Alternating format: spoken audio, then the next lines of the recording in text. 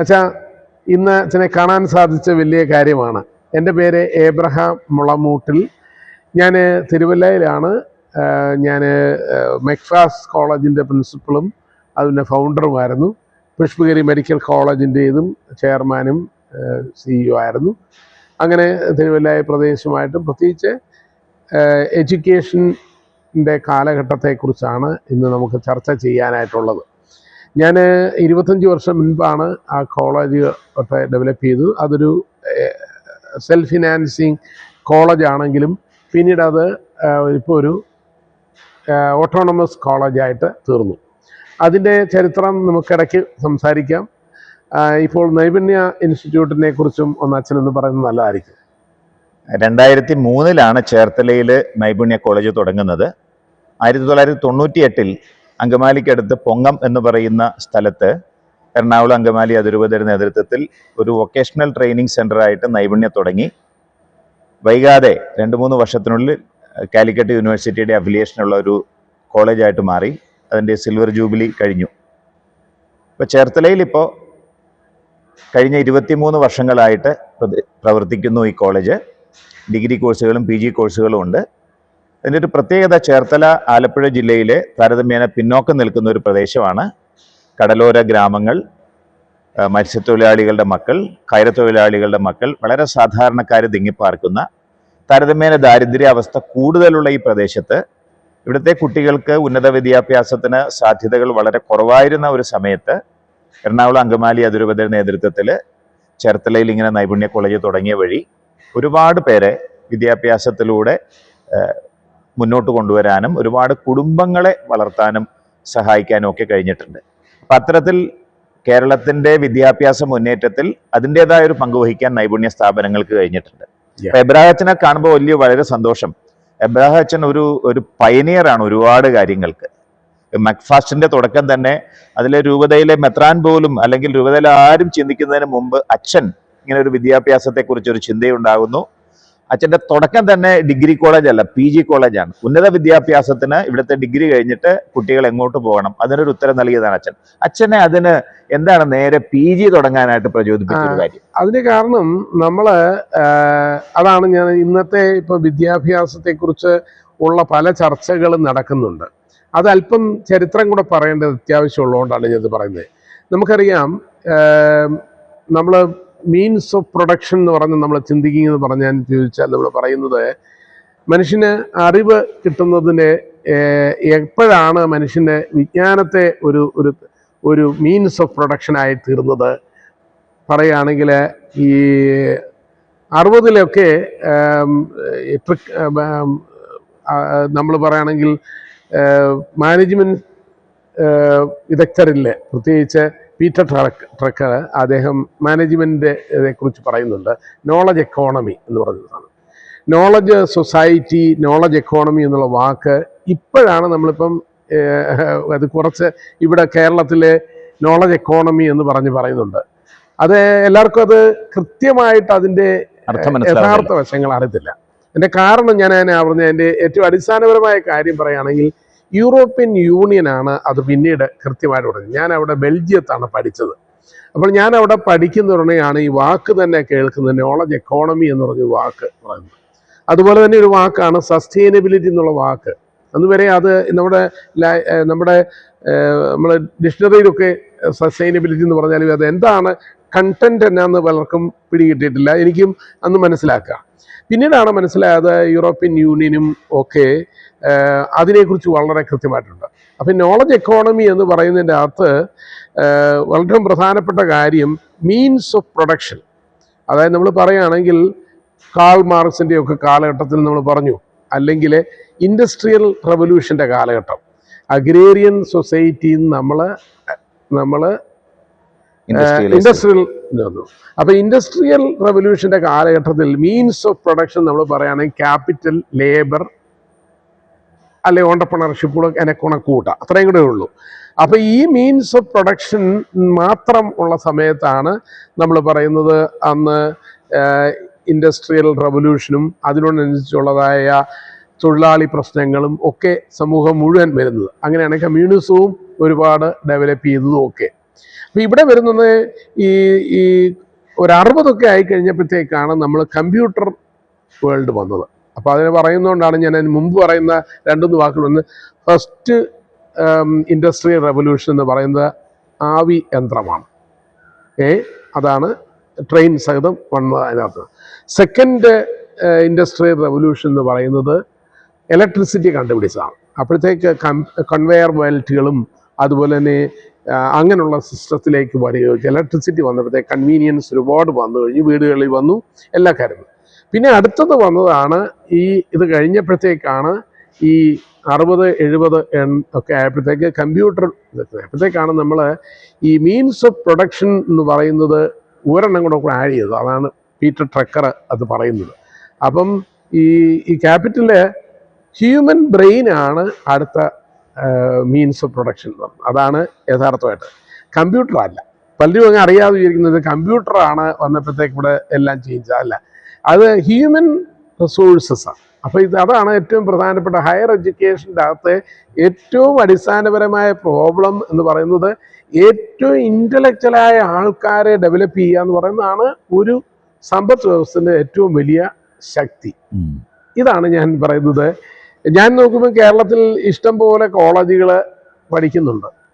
പക്ഷേ post ഗ്രാജുവേഷനും knowledge കൂടുതൽ create ചെയ്യുന്നതും അതിനുള്ള സജ്ജീകരണങ്ങൾ തുടങ്ങുമില്ല. അപ്പോഴാണ് ഞാൻ ആദ്യം തുടങ്ങുന്നത്. ഞാൻ യൂറോപ്പിൽ ഇത് കണ്ട ഒരു കാര്യമാണ്. ഇന്ത്യയെ അന്നും അറിയപ്പെടുന്നത്, അല്ലെങ്കിൽ ജർമ്മനിയിൽ ഞാൻ അവിടുത്തെ ഗവൺമെൻറ് തന്നെ പറയുന്നത് ഇന്ത്യക്കാരെ കൊണ്ടുവന്ന് കമ്പ്യൂട്ടർ വിദഗ്ധന്മാരെ അവിടെ കൊണ്ടുവരണമെന്ന് പറഞ്ഞു.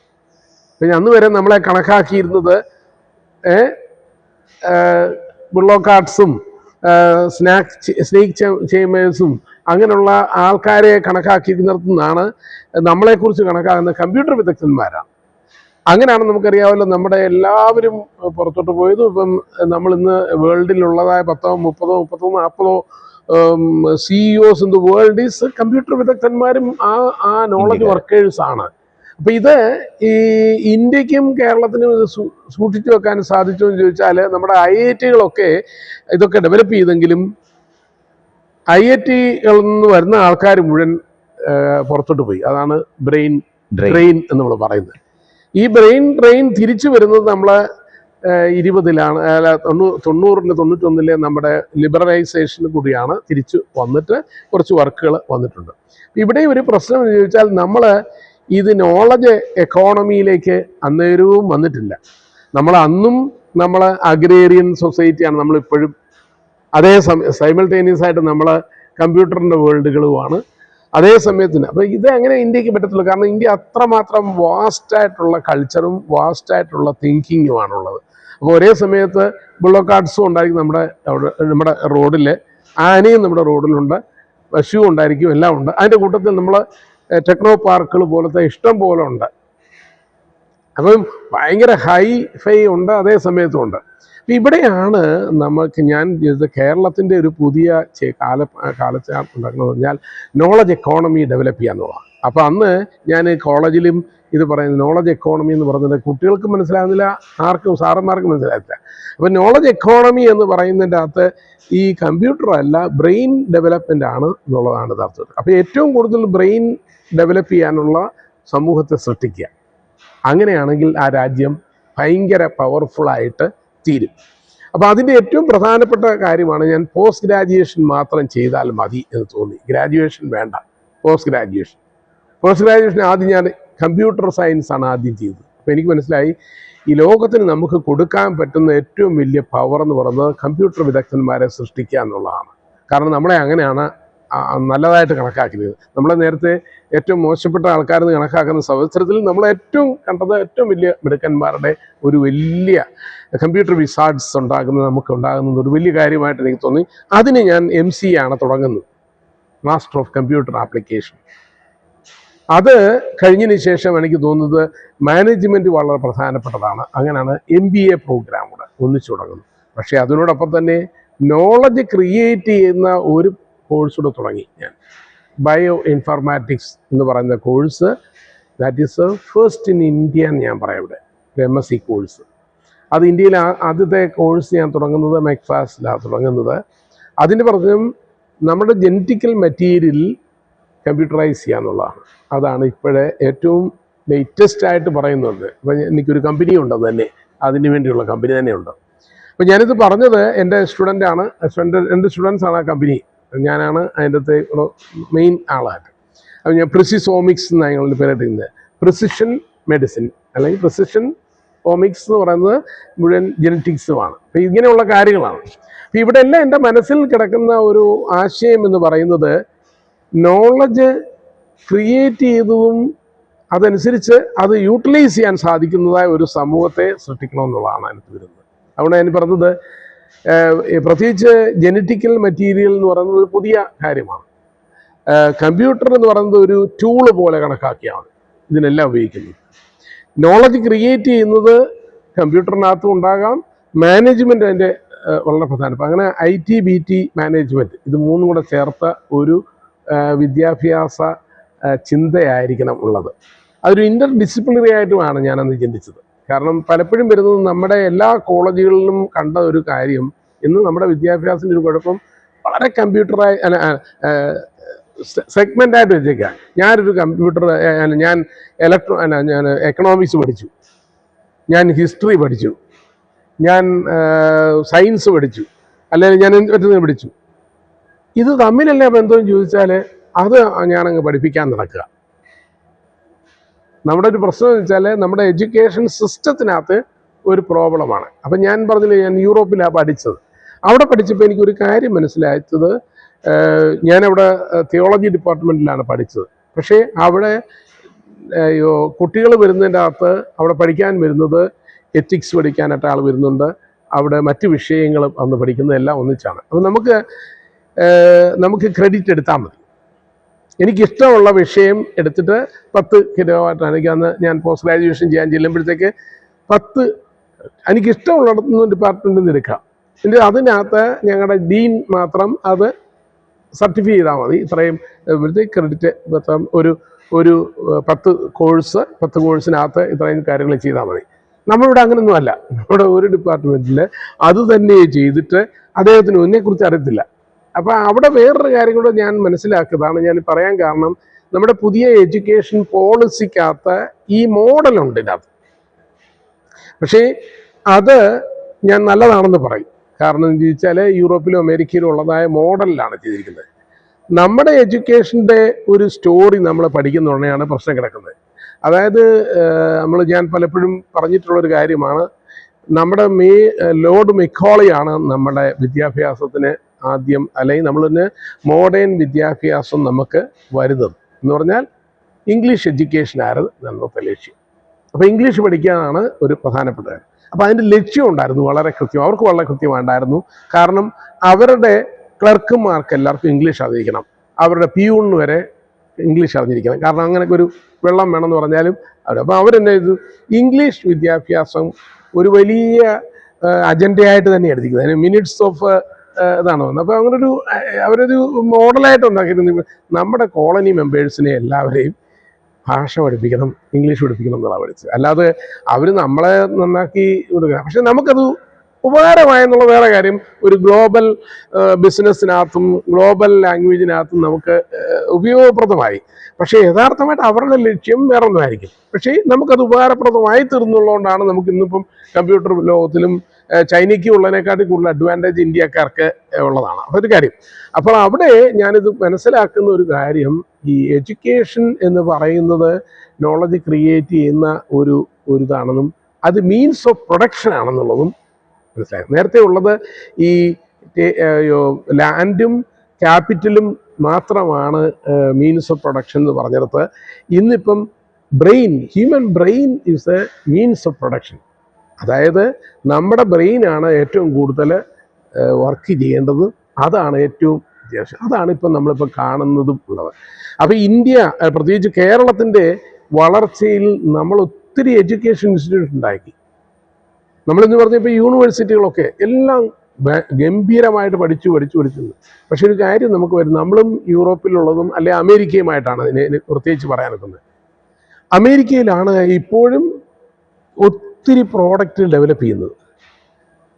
അവര് പിന്നെ സ്റ്റീവ് ജോബ് ചെയ്തത് ഗരാജിലിരുന്നു, അല്ല ഇതൊക്കെയാണ് നമ്മൾ കഥകൾ കേൾക്കുന്നത്. അവര് പഠിച്ച ഡ്രോപ്പ് ഔട്ട്സ് ആണ് അവരൊക്കെ പലരും. അതൊക്കെ ഇത് കേട്ടിട്ട് നമ്മൾ പറയാം നമ്മളെല്ലാം കൂടെ പള്ളിക്കുടിച്ച് പോകണ്ടെന്ന് പറയാമല്ല എൻ്റെ അർത്ഥം. എല്ലാവരും അത് ഉണ്ടാകുന്നത്. അപ്പം അവിടുത്തെ അത് അമേരിക്കയുടെ ഒരു സാമൂഹിക പശ്ചാത്തലത്തിന്റെയും കൂടെ അവരുടെ ചിന്താഗതിയുടെയും കൂടെ ഒരു വ്യത്യാസം ഉണ്ടല്ലോ. അവിടെയാണ് നമ്മൾ അച്ഛൻ പറഞ്ഞ വളരെ പ്രധാനപ്പെട്ടതാണ്. ഈ എന്താണ് അവരുടെ ചിന്തയെക്കുറിച്ചുള്ളത്. നമ്മുടെ അകത്തെ ചിന്തയെന്ന് ചോദിച്ചാൽ നമ്മൾ അന്ന് വരെ പഠിച്ചത് എൻ്റെ അകത്തെ ഒരു തത്വശാസ്ത്രം പറഞ്ഞ എഡ്യൂക്കേഷൻ, ഒബ്ജക്റ്റീവ് ഓഫ് എഡ്യൂക്കേഷൻ എന്ന് പറയുന്ന സാധനം നമ്മുടെ ലോർഡ് മക്കോള പറഞ്ഞതിന് ശേഷവും പിന്നെ നമ്മുടെ എല്ലാത്തിനകത്തും പറഞ്ഞ education objective is to get a job. അപ്പോൾ ഈ ജോബ് എന്ന് പറയുന്നതിനകത്ത് അത് ക്ലർക്ക് ഉദ്യോഗമാണ് ഏറ്റവും പ്രധാനപ്പെട്ടത് ഇന്ത്യയിൽ, കേരളത്തിലും. അപ്പോൾ എല്ലാവർക്കും ജോലി കിട്ടുക എന്നുള്ളൊരു ചിന്തയാണ്. എന്നാൽ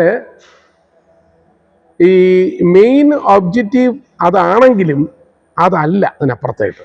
അപ്പം ഇതിനകത്തൊരു കുഴപ്പമെന്ന് ചോദിച്ചാൽ ഞാൻ നോളജ് എക്കോണമിയിലേക്ക് വരുമ്പോഴത്തേക്കുള്ള പ്രശ്നമാണ്. മറ്റൊരു ജോബ് അങ്ങ് ചെയ്താൽ മതി.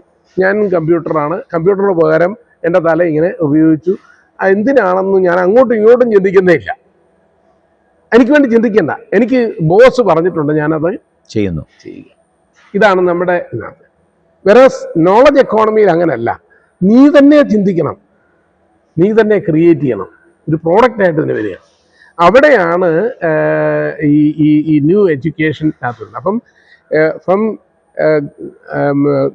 എഡ്യൂക്കേഷൻ ഫോർ ജോബിന് പകരം ഞാൻ പറയുന്ന അടുത്ത വന്നതാണ് നമ്മുടെ പുതിയ എഡ്യൂക്കേഷൻ പോളിസിക്കകത്തൊക്കെ വന്നിരിക്കുകയാണ് എഡ്യൂക്കേഷൻ ഫോർ ഓണ്ടർപ്രണർഷിപ്പ്. ഒരു വലിയ ചിന്തയാണ്. ഇപ്പം നമ്മളിപ്പം കോളേജിലും ഒക്കെ അച്ഛൻ പഠിപ്പിക്കുന്നതൊക്കെ അതിനകത്ത് എല്ലാവരും പറഞ്ഞ് കുട്ടികളെല്ലാവരും ജോലി കണ്ടെത്തണമെന്ന്. അതിനും കാലഘട്ടം കഴിഞ്ഞതാണ്. ഞാനിപ്പം ജോലി കണ്ടുപിടിക്കുക എന്നതിനേക്കാൾ ജോലി കൊടുക്കുന്നവരാവണം ലെവലിലേക്ക് വളർത്താനാണ് വാക്കാണ്. ഞാൻ അതിനും അപ്പുറത്തോട്ട് മാറുകയാണ്. ഞാനിത് പറയാൻ കാരണം ഇതാണ് ഞാൻ ഈ പറയുന്നത്, നമ്മുടെ എഡ്യൂക്കേഷൻ പോളിസി ചേഞ്ച് ചെയ്യണമെന്ന് ഞാൻ ഈ പറയുന്നത്. അതായത് ഇതിപ്പം കിടക്കുന്ന ഇപ്പം ഇപ്പോഴത്തെ നമ്മുടെ 2020 നമുക്കുണ്ടായ NEP അതിനകത്തും അത് തന്നെയാണ് ജോബിലേക്ക് എത്തുന്നതിനകത്ത്. പക്ഷെ മൂന്നാമത്തെ ഒരു കാര്യത്തിലേക്കാണ് ഞാൻ പോകുന്നത്. അത് കേരളം പുതിയ എഡ്യൂക്കേഷൻ പോളിസി സെറ്റപ്പ് ചെയ്യണമെന്ന് ഞാൻ പറയുന്നത്. അതിനകത്ത് പറയുന്നത് education for innovation and sustainability. ഈ രണ്ട് വാക്ക് വളരെ പ്രധാനപ്പെട്ടതാണ്. അതായത് എഡ്യൂക്കേഷൻ ഫോർ ഇന്നൊവേഷൻ. ഇപ്പം എല്ലാം ചോദിക്കുക എന്താണ് ഇന്നൊവേറ്റ് ചെയ്യുന്നത്, നമുക്ക് എല്ലാ ദിവസവും ഇന്നൊവേറ്റ് ചെയ്യണമെന്ന് ചോദിച്ചാൽ അത് വളരെ സിമ്പിളായിട്ടുള്ള കാര്യങ്ങൾ പറയുന്നത് അത് വ്യത്യസ്തമാണ്. അപ്പം നോളജ് എക്കോണമിയും എന്താണെന്ന് വെച്ചാൽ ഞാൻ എന്നോട് പണ്ട് തൊട്ടേ പറഞ്ഞിട്ടുള്ളതാണ്. അപ്പം എന്നോട് ചോദിച്ചു, അമേരിക്കയിലെ ഒരു വീട്ടിലെ ഒരാൾക്ക് ഒരു ചിന്ത വരികയാണ്, അതായത് എൻ്റെ വീടിൻ്റെ മുൻവശത്തെ ഗാർഡൻ ഉണ്ടാക്കുന്നതിനായിട്ട് ഒരാളെ വിളിക്കണം. അവർ വിളിക്കുന്നു. നമ്മുടെ നാട്ടിൽ നിന്ന് ഒരാളെ വിളിച്ചു. നമ്മുടെ നാട്ടിലെ അപ്പൻ നമ്മുടെ മുൻവശത്തെ ഗാർഡൻ ഉണ്ടാക്കണമെന്ന് പറഞ്ഞാൽ അച്ഛൻ എന്തോ ആയിരിക്കും അതിനകത്ത് സാറിന് നമ്മുടെ അവിടുത്തെ ഗോപാലനെ വിളിച്ചു. അല്ലെങ്കിൽ ഏറ്റവും അപ്പൻ വിളിക്കുന്ന പറഞ്ഞാൽ ഞാൻ കുട്ടികളോട് ചോദിക്കും, അപ്പൻ ആരെയാണ് വിളിക്കുന്നത്? മറ്റവനെ വിളിച്ചാൽ നമുക്കൊരു കാര്യമുണ്ട്, അവൻ രാവിലെ തൊട്ട് വൈകുന്നേരം വരെ പണിയും. തെങ്ങിന് തളവെടുക്കാൻ പറഞ്ഞാൽ അവൻ ചിലപ്പം വാഴയ്ക്കായിരിക്കും എന്നത്. അവനെ അപ്പോൾ ഒരാളോടെ കാണണം. പക്ഷെ നമ്മുടെ മറ്റൊരു ഗോപാലുണ്ട്, ആ പുള്ളി വന്നാൽ അവനെല്ലാം നോക്കി വീട്ടിലെ കാര്യങ്ങളെയും കൃഷി അവൻ കംപ്ലീറ്റ് ആയിട്ട്, അവനൊരു വെള്ളപ്പിടത്തിലും പോയിട്ടില്ല, അവനെല്ലാം വളരെ ഇതായിട്ട് ചെയ്യുമെന്ന് പറഞ്ഞു. ഇപ്പോൾ അമേരിക്കൻ ആളെയാണെങ്കിൽ എങ്ങനെയായിരിക്കും അവിടെ എടുക്കുന്നത്? അവിടെ ഇതുപോലെ തന്നെ വരികയാണെങ്കിൽ ഒരു വീടുണ്ടെങ്കിൽ വീടിൻ്റെ മുമ്പിൽ അവർക്കൊരു ഗാർഡൻ സെറ്റ് ചെയ്യണമെന്ന് അവർ ആഗ്രഹിച്ചാൽ അവിടെ ഉടനെ തന്നെ വരുന്ന ആൾ ഒരു കമ്പ്യൂട്ടറുമായിട്ടാണ് വരുന്നത്. അദ്ദേഹം നമുക്കിരുന്നിട്ട് ചർച്ച ചെയ്തിട്ട് അവർ പറയാൻ പോകുന്നത്, അവരാദ്യം മുനിസിപ്പാലിറ്റി എന്നുള്ളത് കേബിൾസ് എല്ലാം ഇവിടെ വന്ന് നോക്കും, ഇലക്ട്രിക്കൽ ലൈൻസ് എല്ലാം നോക്കും. അതിനുശേഷം അവർ പറയും ഇന്ന ചെടികളാണ് നല്ലത്, കാരണം ഈ വേര് അതിൽ പോകും, ഇന്നത് ഇവിടെ വരാം, ഇന്നതിരുന്നു. This is a knowledge work. മറ്റേ ആളുടെ നോളജ് ഒരു കാലഘട്ടത്തിലുണ്ടായിരുന്നു. ഇപ്പോഴത്തെ നോളജ് എന്ന് പറഞ്ഞാൽ നമ്മുടെ ഗാർഡൻ, ഞാൻ പറഞ്ഞില്ലയോ, നമ്മുടെ ഗോപാലനും ഈ ആളും തമ്മിലുള്ള വ്യത്യാസം എന്ന് വെച്ചാൽ ഇദ്ദേഹം ഒരു കൺസൾട്ടനെ പോലാണ് വരുന്നത്. അദ്ദേഹത്തിൻ്റെ ചിന്തകളിലും അതിൻ്റെ ക്വാളിറ്റിയിലും മാറുകയാണ്. അപ്പം നമ്മൾ പറഞ്ഞത് നോളജ് എക്കോണമിയിൽ എങ്ങനെയാണ് പോകുന്ന രീതി. അന്ന് മാനുവൽ വർക്കറിൽ അല്ല, നമ്മൾ ഇപ്പോൾ നോളജ് വർക്കറാണ്. അതാ പീറ്റർ ട്രക്കർ പറയുന്ന വാക്ക് അത് തന്നെയാണ്. ഇവരുടെ മാനൂസ് എന്ന് നമുക്കറിയാമല്ലോ, മാനൂസ് കൈ കൊണ്ട് ജോലി ചെയ്യുന്ന ഒരു കാലഘട്ടം കഴിഞ്ഞു. ഇപ്പോഴേ ബുദ്ധിയാണ്. അപ്പം നോളജ് വർക്കർ എന്ന് പറയുന്നത് ബ്രെയിനിൽ വർക്ക് ചെയ്യുന്ന ആളാണ്. അപ്പം നമ്മുടെ കുട്ടികളെയും നമ്മുടെ യൂണിവേഴ്സിറ്റിയും നമ്മുടെ അധ്യാപകരും ഇങ്ങനൊന്നും ചിന്തിച്ചേ. ഞാൻ ഈ പറഞ്ഞത്, നമ്മളിപ്പോൾ ഒരു കേറ്ററിംഗ് കോളേജ് ഉണ്ടായി, അല്ലെങ്കിൽ നമ്മുടെ ഇവിടെ മാനേജ്മെൻറ്റ്, അവരെല്ലാവരും നോളജ് വർക്കറാണോ എന്ന് ചോദിക്കുകയാണെങ്കിൽ അവരുടനെ പറയും, അയ്യോ അതാണോ, നമുക്കൊരു സംശയം. സാറിനോട് ചോദിച്ചു, സാറ് പറയും ഞാൻ നോളജ് വർക്കറാണോ എന്ന് തോന്നുന്നില്ല. ആ വാക്കിന് പ്രശ്നം അതില്ല. പിള്ളേരൊന്ന് ഞാൻ പ്രൊഫസറാണ്, ഞാൻ നോളജ് ക്രിയേറ്ററാണ് എന്ന് അദ്ദേഹത്തിന് പറയാൻ ഒക്കുമോ? അപ്പോൾ പുതിയ എഡ്യൂക്കേഷൻ്റെ അകത്ത് ഏറ്റവും പ്രധാനപ്പെട്ട കാര്യം ഒരു ടീച്ചർ തന്നെ ഇല്ലാതാകും. അപ്പം ഇത്രയും കാലം പറഞ്ഞുകൊണ്ടിരുന്നത് ഇൻഫർമേഷനാണ്, ഒരു വാക്ക് പറഞ്ഞുകൊണ്ടിരുന്നത്.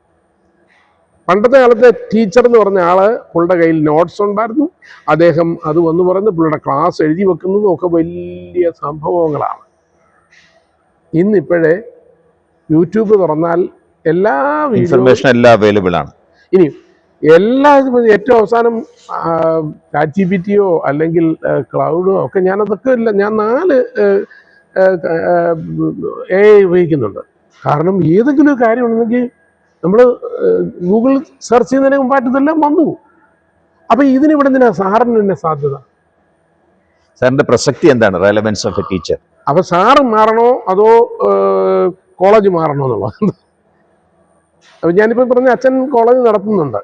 കോളേജിൻ്റെ ഒറ്റൊരു പ്രശ്നങ്ങൾ അച്ഛനിപ്പോൾ കാണുന്നത് ഇതൊക്കെ തന്നെ ആയിരിക്കും. നമ്മുടെ കേരളത്തിലെ വിദ്യാഭ്യാസത്തിൻ്റെ ഒരു വലിയ തകർച്ച എന്ന് പറയുന്നത് ഈ ചേഞ്ച്. അതെല്ലാവരും പറയും ശരിയാണ്, ഗവൺമെൻറ് ആണ് ചേഞ്ച്. അവിടെ ഒന്നും അല്ല.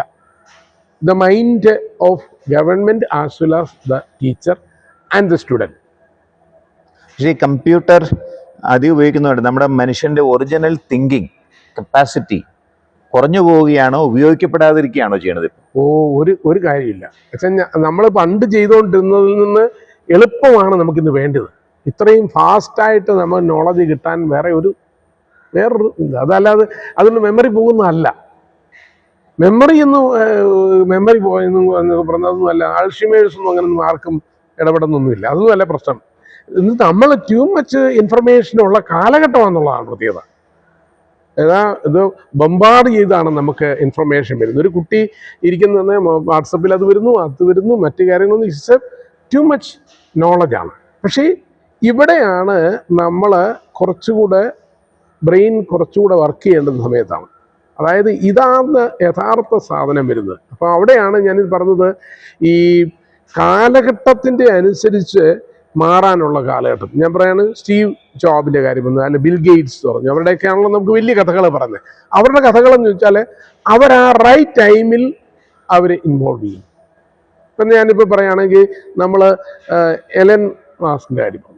അദ്ദേഹം ഓരോ ആഴ്ചയിൽ മാറി മാറി ചിന്തിക്കുകയാണെന്ന് മാത്രമല്ല, നമ്മളെ തല പൊട്ടിക്കുകയാണ്. അദ്ദേഹം നമ്മളുടെ തലയാണ്, അതുപോലൊരു തലയിൽ വിളിക്കുകയുള്ളൂ. ഇപ്പം നമ്മളാദ്യം പറഞ്ഞു ആൽബർട്ട് ഐൻസ്റ്റീൻ്റെ ബുദ്ധി എനിക്കില്ലല്ലോ എന്നൊക്കെ പറഞ്ഞു. ഒന്നുമല്ല പ്രശ്നം, നമ്മൾ ആ സാഹചര്യത്തിൽ ചിന്തിക്കാത്തതിൻ്റെ ഒരു കുഴപ്പമാണ്. ആ മനുഷ്യൻ അവിടുന്ന് സൗത്ത് ആഫ്രിക്കയിൽ നിന്നാണ് അമേരിക്കയിൽ വന്നത്. ഇപ്പം കഴിഞ്ഞ ദിവസം ഞാൻ നോബൽ പ്രൈസ് കിട്ടിയ ആൾ പറഞ്ഞു അദ്ദേഹം ജർമ്മനിയിൽ നിന്നാണ് അമേരിക്കയിൽ വന്നത്. എന്തുകൊണ്ടാണ് എല്ലാവരും അമേരിക്കയിലോട്ട് വന്നത്? A situation is very easy. അതാണ് അതിനെ നോളജ്, അതിനെ powerful country in the world എന്ന് നമ്മൾ പറയുന്നതിൻ്റെ ഒരു കാര്യമാണ്. ഇപ്പം കേരളം പോലത്തെ പ്രദേശത്ത് ആൾക്കാർ ഇവിടുന്ന് വണ്ടി പിടിച്ച് പോകുക. അച്ഛൻ്റെ കോളേജിനെക്കാട്ടിൽ നല്ല കോളേജല്ല ഇവർ പോകുന്ന എല്ലായിടവും. മനസ്സിലായോ? അവിടുത്തെ പാരലൽ കോളേജിലാണ്, അല്ലാതെ ഓക്സ്ഫോർഡിലൊന്നും അല്ല UK പോകുന്ന എല്ലാവരും. പിന്നെ എന്നിട്ടും ഇവിടുന്ന് പോകുന്നത് എന്തുകൊണ്ടാണ്? ദിസ് ഈസ് ദ അച്ഛൻ്റെ മുമ്പിലും എനിക്ക് പറയാനുള്ള ഒരു ചലഞ്ച് ഇതാണ്. നിങ്ങളുടെ ഫാക്കൽറ്റി, നിങ്ങളുടെ അറ്റ്മോസ്ഫിയർ, എല്ലാം ചേഞ്ച് ചെയ്യേണ്ട കാലഘട്ടമുണ്ട്. നോളജ് എക്കോണമി ആയിട്ട് തിങ്ക് ചെയ്യണം എന്ന് പറഞ്ഞാൽ ഒരു സാറ് ഞാനൊരു നോളജ് വർക്കറാണെന്നും നോളജ് ക്രിയേറ്റ് ചെയ്യുന്ന ഒരാളാണെന്നും നോളജ് ഡിസിമേറ്റ് ചെയ്യുന്നത് ഞാനാണ്. അപ്പോൾ അദ്ദേഹം ഇൻഫർമേഷൻകാരനല്ല. രണ്ടാമത്തെ കാര്യം ഒരു ഡേറ്റ എന്ന് പറയുന്ന സാധനം. ഇപ്പോൾ ഈ നോളജ് ഇക്കോണമിയിലെ ഒരു പ്രധാനപ്പെട്ട ഫസ്റ്റ് തിങ് ഡേറ്റ, ഇൻഫർമേഷൻ. ഇത് രണ്ടും എവിടെ നിന്നും കിട്ടും. ഇനി അതൊന്നും വേണം. പണ്ട് കാലത്ത് അത് സാറിനെ ആശ്രയിച്ചൊക്കെയാണ് ഇരുന്നത്. നോട്ട് പല സാറന്മാർ ഇപ്പോഴും ആ നോട്ട് തന്നെ എടുക്കുന്നവരുണ്ട്. ഇപ്പോൾ എക്കണോമിക്സ് പഠിച്ചതിന് ശേഷം അന്നും ഇത് തന്നെ പഠിച്ചിട്ടിരുന്നത്. അതല്ലാതെ വല്ല ചേഞ്ച് ഉണ്ടോ എന്ന് ചോദിക്കും. കെമിസ്ട്രി സാറ് വേണമെങ്കിൽ പറയും അയ്യോ ഇതല്ലാതെ വേറെ വിഷയം വല്ലതും ഉണ്ടോ എന്ന് ചോദിക്കും. അദ്ദേഹം ഈ ലോകത്തിലെ എന്ത് നടക്കുന്നു എന്നുള്ളത് അറിയത്തില്ല. അവർ പഠിപ്പിക്കാൻ നടക്കുക. അപ്പോൾ രണ്ടാമത്തെ ഒരു കാര്യമാണ് ദി പ്രോസസ്സിങ് യൂണിറ്റ്. അത് CPU, നമ്മുടെ തല തന്നെയാണ്. ഈ ഡേറ്റ എല്ലായിടത്തും ഉണ്ട്. ഈ ഡേറ്റകൾ തമ്മിൽ ഇൻട്രാക്ട് ചെയ്യാനുള്ള കഴിവെന്ന് പറഞ്ഞാൽ നമ്മൾ തന്നെ അതിനകത്ത് ഇൻവോൾവ് ചെയ്യണം, നമ്മൾ തന്നെ. അപ്പോഴാണ് ഞാൻ ഈ പറഞ്ഞത് മനുഷ്യത്വം മനുഷ്യനും ഇന്ന് വളരെ പ്രധാനപ്പെട്ടതാണ്. ഇനിയും അത് അവസാനത്തെ കാര്യം ഞാൻ പിന്നെ പറയാം. അടുത്ത വേൾഡിൽ വരുന്നത് AGI ആണ് വരുന്നത്, ആർട്ടിഫിഷ്യൽ ജനറൽ ഇൻ്റലിജൻസ്. അവർ തന്നെ വർക്ക് ചെയ്യാൻ പോകും. അപ്പോൾ അവിടെ വരുന്നത് നമ്മളവിടെ പോയി. We will be nowhere in this world. നമ്മളെ ഒന്നിനും കൊള്ളത്തില്ലാത്ത ഒരു സമൂഹമായി തീരുമെന്നാണ് പറയുന്നത്. അപ്പം ഇവിടെയാണ് നമ്മൾ പറയേണ്ടത്, നമ്മുടെ പ്രസക്തി കൂടുന്നത്, അത് കുട്ടികളുടെ. അപ്പം അങ്ങനെയാണെങ്കിൽ ഒരു സ്ഥലമാണെങ്കിൽ ഇവിടെ ആളുകൾ പെട്ടെന്ന് വരും. നമ്മുടെ ആൾക്കാർ പുറത്തു പോകുമ്പോൾ ഭയങ്കരമായിട്ട് അവർ ചിന്തിക്കാൻ തുടങ്ങുന്നു. അവർ വളരെ വ്യത്യസ്തമായിട്ട് ക്രിയേറ്റീവായിട്ടുള്ള കോൺട്രിബ്യൂഷൻ നടത്തുന്നു. പക്ഷെ കേരളത്തിനകത്ത് അങ്ങനെ സംഭവിക്കാത്തതിന്റെ കാരണം എന്താണ്? കേരളത്തിനകത്തും അങ്ങനെ ചിന്തിക്കാൻ അത് തന്നെയാണ് ഈ പ്രാവശ്യത്തെ ബഡ്ജറ്റിനകത്ത്.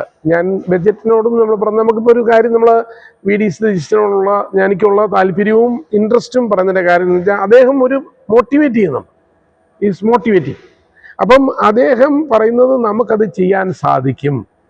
ഞാൻ പറഞ്ഞില്ലയോ, ഈ മാൻഹാറ്റനും കൊള്ളാം, അമേരിക്കയും കൊള്ളാം, എല്ലായിടത്തും ഉണ്ട്. ഇവിടെ ചേർത്തലയും ഒരു രാജ്യമാണ് ഇന്ത്യയിൽ. അദ്ദേഹം പറഞ്ഞു ഒന്ന് രണ്ട് വാക്ക്. ഒന്ന് ഒരു ഗ്ലോബൽ ജോബ് വാച്ച് ടവറിന്റെ കാര്യം പറഞ്ഞു, ബ്ലൂ ഇക്കോണമിയുടെ കാര്യം പറഞ്ഞു. ഇതിനെ പറ്റിയുള്ള അച്ഛന്റെ അഭിപ്രായം ഒന്ന് പറയും. ഞാൻ അതിനെക്കുറിച്ച് തന്നെ ഒരു വലിയ കഥ എഴുതാനുള്ള സമയമുണ്ട്. ഞാനതിപ്പം പുതിയ പുസ്തകം എഴുതുന്നുണ്ട് അതിന് വേണ്ടി തന്നെ. അപ്പം നമ്മൾ പറഞ്ഞില്ലയോ, നമ്മുടെ റിസോഴ്സസ് നമ്മൾ ഐഡന്റിഫൈ ചെയ്യണം.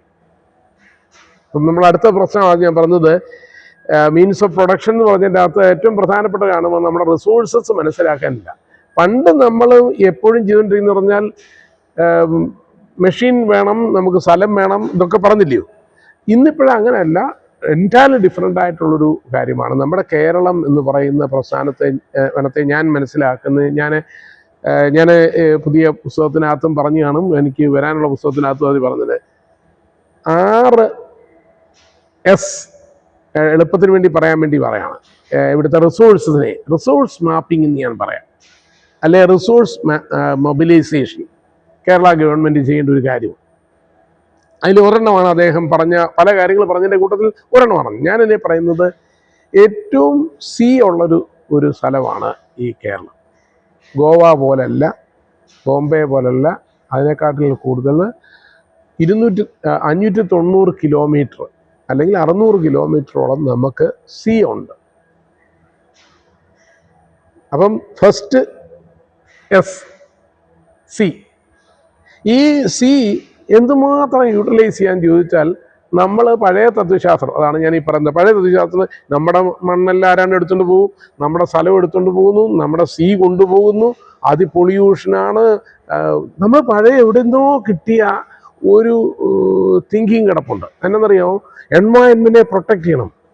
എൻവയൺമെൻറ്റിനെ പ്രൊട്ടക്റ്റ് ചെയ്യണമെന്ന് ചോദിച്ച ഒരു വാക്കിനോട് എനിക്ക് പറയാനുള്ള എന്നു ചോദിക്കുന്നത്, ഡിനോസേഴ്സ് ഉണ്ടായിരുന്നില്ലേ പണ്ട്? ഡിനോസേഴ്സ് നമ്മളാരും എന്നെ തല്ലിക്കൊന്നതായിട്ട് ഞാൻ കേട്ടിട്ടില്ല. മനുഷ്യരാരും എന്നെ തല്ലിക്കൊന്നതായിട്ടൊന്നും അറിഞ്ഞില്ല. പക്ഷെ അത് തന്നെ ചത്തു. എൻ്റെ കാരണം എന്നായിരിക്കും? അവിടുത്തെ സാഹചര്യത്തിൽ അന്ന് ഞാൻ മനസ്സിലാക്കുന്നിടത്തോളം ചിലർ പറഞ്ഞു ഒരു ഉൽക്ക വന്നിട്ട് എല്ലാം ചത്തുപോയെന്ന്. അങ്ങനെ ഞാൻ മനസ്സിലാക്കുന്നില്ല. അതൊന്നുമല്ല, അതിന് കഴിക്കാനുള്ള ഭക്ഷണ സാധനം ഇല്ലാത്തതുകൊണ്ട് വന്ന ഉൽക്ക വീണായിരിക്കും. വീണപ്പോഴത്തേക്ക് വെജിറ്റേഷൻ കംപ്ലീറ്റ് പോയി കഴിഞ്ഞു. വെജിറ്റേഷൻ കംപ്ലീറ്റ് പോയി കഴിഞ്ഞാൽ പിന്നെ എല്ലാം തീരും. അപ്പം എന്ന് പറഞ്ഞു ഇതിന് കഴിക്കാൻ ഭക്ഷണമില്ലെങ്കിൽ അത് സർവൈവ് ചെയ്യത്തില്ല എന്ന് പറഞ്ഞത് നമ്മൾ ഓർത്താൽ മതി. നമ്മുടെ എൻവയൺമെൻറ്റിനെ മുഴുവൻ നമ്മൾ പ്രൊട്ടക്റ്റ് ചെയ്യുക എന്ന് പറഞ്ഞാൽ അത് നമ്മൾ പ്ലാൻ ചെയ്യണമെന്നായി പറഞ്ഞത്. ഉദാഹരണം പറഞ്ഞാൽ കോവിഡ് വന്നപ്പോൾ നമ്മൾ എന്ത് ചെയ്തു? നമുക്ക് മനസ്സിലായി മാസ്ക് ഇട്ടാൽ മതി, ഏറ്റവും സിമ്പിൾ കാര്യം ചെയ്താൽ മതി, നമ്മൾ പഠിച്ചു. ഇതുപോലെ തന്നെയാണ് നമുക്ക് ഉണ്ടെന്ന് പറഞ്ഞ് നമ്മൾ നിലവിളിക്കുകയും അത് അതേ തുടരില്ലെന്ന് പറഞ്ഞുകൊണ്ടിരിക്കുന്ന ഒരു സമൂഹത്തോട് നമ്മൾ പറയേണ്ട കാര്യമാണ്. അല്ലല്ല, I have to make use of that place. അപ്പം ചോദിക്കും അത് എക്സ്പ്ലോയിറ്റിങ് ചെയ്യണം.